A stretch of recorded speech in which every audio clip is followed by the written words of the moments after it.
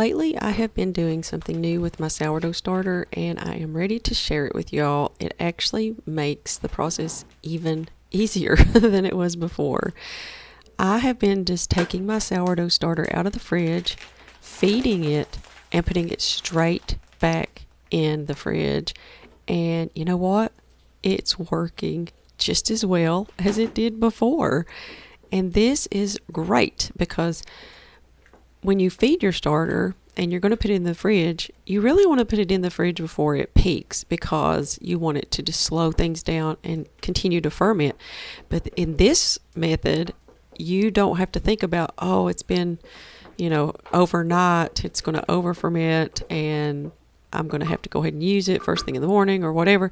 No, with this method, you just feed it, put it in the fridge, and by the next day, it's ready to go. And I am so excited to share this method with you because I am all for finding the most simplest way to do sourdough that I can and share it with you all. Another thing that I have found is you can use unfed, really hungry starter, and look at this bread.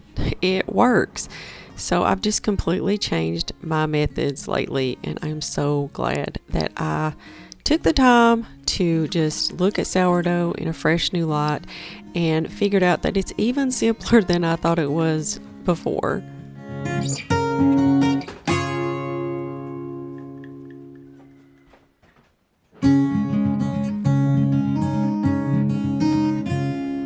I am making a brand new recipe that is over on my blog, therosehomestead.com. This is for sourdough pretzel hamburger buns. These were so good. I can't wait to hear what y'all think about these. It's essentially a pretzel roll recipe that I have over on the blog as well, except a couple of little changes.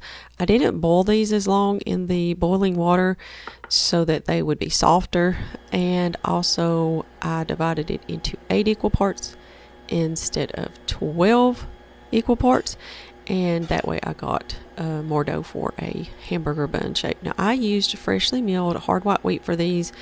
I wanted them to be light and fluffy in the center and then have that signature chewy crust on the outside, but I didn't want it to be too much, and so I did decrease that time that it was boiling in the water. Now when I look at recipes like this and I'm trying to figure out what would be a good recipe, I think about the season, and we are in grilling season.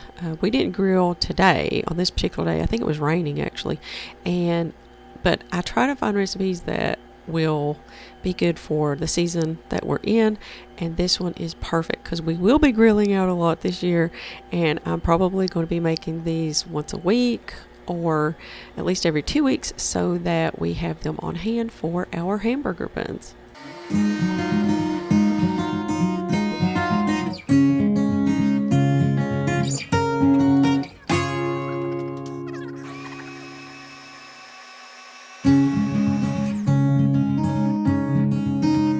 Here is my starter that I fed and put straight in the refrigerator, and it got bubbly. It rose these hamburger buns with no problem whatsoever, and so I'm loving having this even easier method for my sourdough because, let's be honest, if you're busy, you have a lot going on, you feed your starter, you're going to need to put it in the fridge, and you forget. I mean, unless it's just me, but I forget, and then it's past where I wanted it to be. This is perfect. This dough was absolutely perfect. It rose beautifully, and it was stretchy, and it was soft, and it just made the absolute best hamburger buns that I am so excited to share the recipe with you all. It will be linked down in the description box below for those who want to make it. Now, another thing that I'm doing today is switching out my Bosch mixer that I did a review on, and I am bringing back the Nutrimil artiste because I love this little mixer. I love the Bosch, and it's great for really big jobs, but for the small jobs like I do, this artiste is perfect. It's a small mixer and it does the job perfectly well. So here's my hamburger dough. Now what you're going to do is just divide this into 8 equal parts and shape them into hamburger buns. Put them on a baking sheet, cover with a damp tea towel, and allow them to rise for another hour or 2 depending on the temperature of your home. But as you'll be able to see, they have big bubbles in them and they did really, really well. So I only let these go for maybe 45 minutes.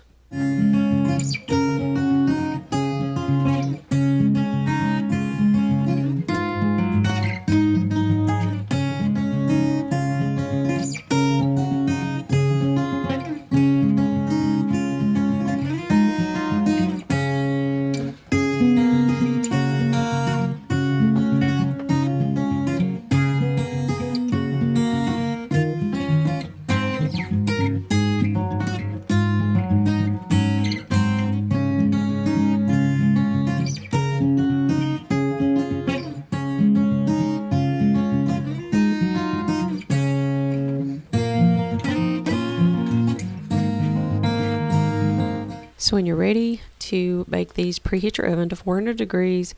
Put a couple of tablespoons of baking soda into a pot of boiling water. I don't do a huge pot because I boil these while the oven's preheating, so it gives me a few minutes to just do one at a time.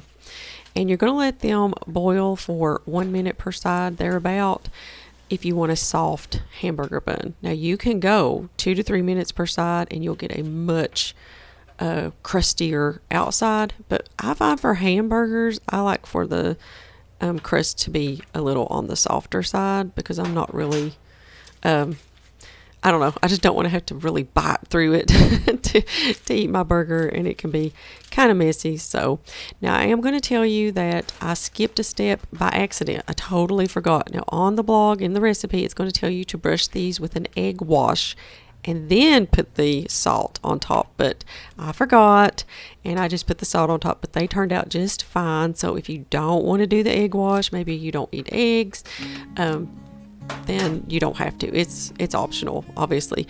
And so I put these in the oven for, I think it was 18 minutes. It just depends on your oven, but it's 18 to 20 minutes.